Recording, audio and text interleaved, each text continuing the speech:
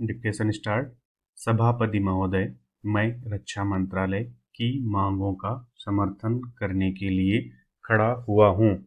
वर्तमान घटनाओं से पता चलता है कि संसार का हर देश अपनी सुरक्षा के बारे में चिंतित है और उसके लिए हर प्रयत्न कर रहा है। इस दृष्टि से अन्य देशों की तरह हमारे देश में भी रक्षा मंत्रालय का महत्व है। मुझे इस बात की खुशी है कि जहां अन्य मंत्रालयों की उनके पिछले साल के कामों के बारे में काफ़ी आलोचना हुई है, वहां इस मंत्रालय की कम आलोचना हुई है। इससे पता चलता है कि इस मंत्रालय ने पिछले साल अच्छा काम किया है। मोटे तौर पर किसी भी देश की सुरक्षा नीति का लक्ष्य यह होता है कि दूसरे देशों, खास तौर से पड़ोसी देशों के साथ मित्रता के संबंध स्थापित हों और हम एक दूसरे के मामलों में हस्तक्षेप न करें। लेकिन उसके साथ यह भी जरूरी होता है कि हम अपने देश की सीमाओं और अखंडता की रक्षा करें। इसलिए हमारे देश का यह कर्तव्य हो जाता है कि हम अपने पड़ोसियों के कार्यों पर पूरी नज़र रखें, क्योंकि आज तक हमारे देश पर जो संकट आए वे हमारे पड़ोसियों से आए हैं।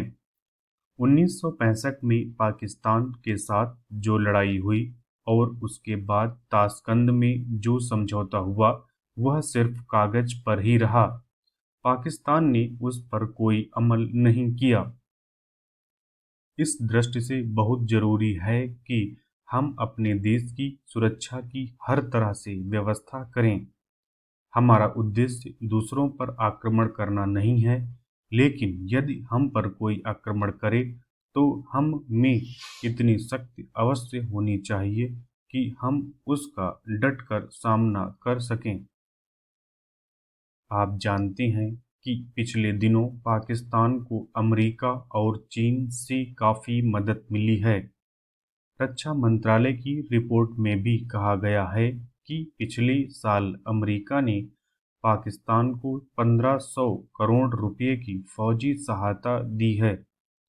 आज जहां हम फौजी सामान के लिए अपने कारखानों की मदद से अपनी शक्ति बढ़ाने का प्रयत्न कर रहे हैं, वहां पाकिस्तान संसार के देशों से फौजी सामान खरीद रहा है। अपनी नीति के कारण वह सब देशों से लाभ उठा रहा है। मेरा सुझाव है कि हमको भी अपनी शक्ति बढ़ाने के लिए संसार के अन्य देशों से अधिक फौजी सामान खरीदना चाहिए। आज तिब्बत की सीमा पर चीन की 1.5 लाख फौज खड़ी है। सभापति महोदय, प्रतिदिन छोटी मोटी झड़पें होती रहती हैं। हमारी फौजें बड़ी उत्साह से उनके मुकाबले में खड़ी हैं। उनके हौसले बहुत ऊंचे हैं, लेकिन हमारी सरकार का भी यह कर्तव्य है कि उनके हौसले को कभी गिरने न दें। उन्हें हर तरह की सुविधा प्रदान की जाए जिससे उनका आत्मविश्वास बढ़े। मैं मंत्री महोदय से अनुरोध करूंगा कि सरकार अपनी नीतियों के प्रचार का काम ठीक प्रकार से अपनी फौजों से करे, उनको अच्छे अच्छे हथियार दे। अनुसूचित जातियों और आदिवासी जातियों के आयुक्त ने जो अपना प्रतिवेदन प्रस्तुत किया है, उस प्रतिवेदन को देखने से यह प्रतीत होता है कि इसको तैयार करने में उन्होंने बहुत परिश्रम से कार्य किया है। इसके लिए मैं उनको और उनके सहयोगियों को धन्यवाद देता हूँ, परंतु साथ ही साथ इस प्रतिवेदन के संबंध में कुछ आवश्यक निवेदन भी करना चाहता हूँ। पहली बात तो यह है कि इस प्रतिवेदन को देखने से ऐसा प्रतीत होता है कि इन कार्यों के लिए जिस धन का उपयोग होता है वह 3 साधनों से उपलब्ध होता है: केंद्र सरकार द्वारा, राज्य सरकारों द्वारा और कुछ गैर सरकारी संस्थाओं द्वारा प्रतिवेदन के अनुसार जितना धन इन कार्यों पर व्यय करने के लिए दिया जाता है, उतना धन पूरी तरह से व्यय नहीं हो पाता। मैं यह नहीं कह सकता कि आवश्यकता से अधिक धन दिया जाता है या कार्यकर्ताओं को वह धन प्राप्त ही नहीं होता, जिसके कारण से वह बिना खर्च हुए बच जाता है। मैं तो यह चाहता हूँ कि जितना धन दिया जाता है उसका पूरा उपयोग हो और आयुक्त को यह न कहना पड़े कि इस कार्य के लिए जितने धन की आवश्यकता थी उतना धन नहीं मिल पाया और विवश होकर हमको उस कार्य को बीच में ही रोकना पड़ा। जहाँ तक राज्य सरकारों का संबंध है, बहुत सी राज्य सरकारें अभी तक इस कार्य में असावधानी से काम ले रही हैं और इस कार्य को उपेक्षा की दृष्टि से देखती हैं।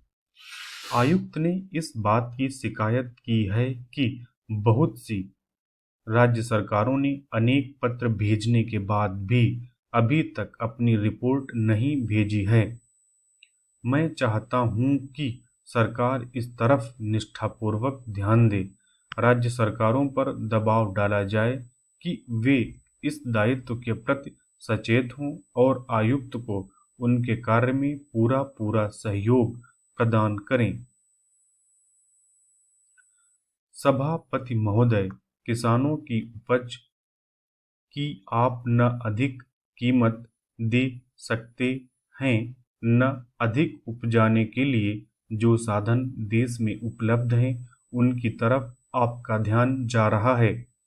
जो कुछ आप कर रहे हैं उससे कोई अच्छा भविष्य नजर नहीं आ रहा है।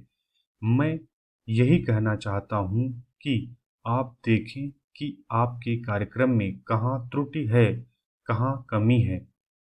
आपने कर लगा रखे हैं। आपने जो कर लगाए हैं वे तो लगाए ही हैं। हमारे प्रदेश में तो जमीन पर 25% ज्यादा कर भी लगा दिया गया है। इतना बोझ अगर किसान पर होगा तो उसकी कमर टूट जाएगी। वह पहले से टूटी जा रही है, लेकिन वे इन करों को देने के लिए भी तैयार हैं यदि आप उस तरह के साधन उन किसानों के लिए तैयार करें। हमारे उत्तर प्रदेश के कुछ जिले हैं, पूर्वी जिले हैं, जहां पर बहुत बुरी स्थिति है। हमारे सदन के एक सदस्य ने रो रो कर आपको यह बताया था कि वहां लोगों को 2 रुपये मजदूरी में मिलता है। इतनी ही एक दिन की उनकी मजदूरी है।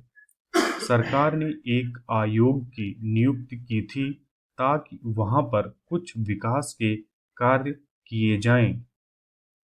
वह योजना भी अब खटाई में पड़ गई है। आपका ध्यान इन समस्त चीजों की ओर कैसे दिलाया जाए, कैसे आपका ध्यान इन सभी कठिनाइयों की ओर आकर्षित किया जाए, समझ में नहीं आता है। यातायात के साधनों की स्थिति यह है कि ट्रेनों में दूसरे दर्जे में भीड़ भाड़ का कोई ठिकाना नहीं है, उसकी कोई सीमा नहीं है। हर रोज ऐसा मालूम पड़ता है कि कोई मेला चल रहा है। आपके पास अच्छे इंजन हैं, अच्छे गति वाले इंजन हैं, लाइन भी अच्छी है, तो क्यों नहीं दूसरे दर्जे के अधिक डिब्बे लगाए जाते हैं। लोगों को कुछ सुविधा मिल जाए, वह काम नहीं किया जा रहा है। आपको किसान की, देहात में रहने वाले आदमी की, मजदूर की परवाह नहीं है, जो समस्त कठिनाइयों को झेलता है। आपके सारे कार्यक्रम को पूरा करने की उसमें कहाँ से शक्ति आएगी?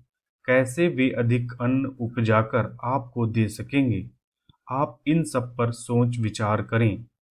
आपने बड़े बड़े फार्म बना दिए हैं, क्या उन्हें आपके फार्म से कोई लाभ मिल रहा है? विराम। धन्यवाद।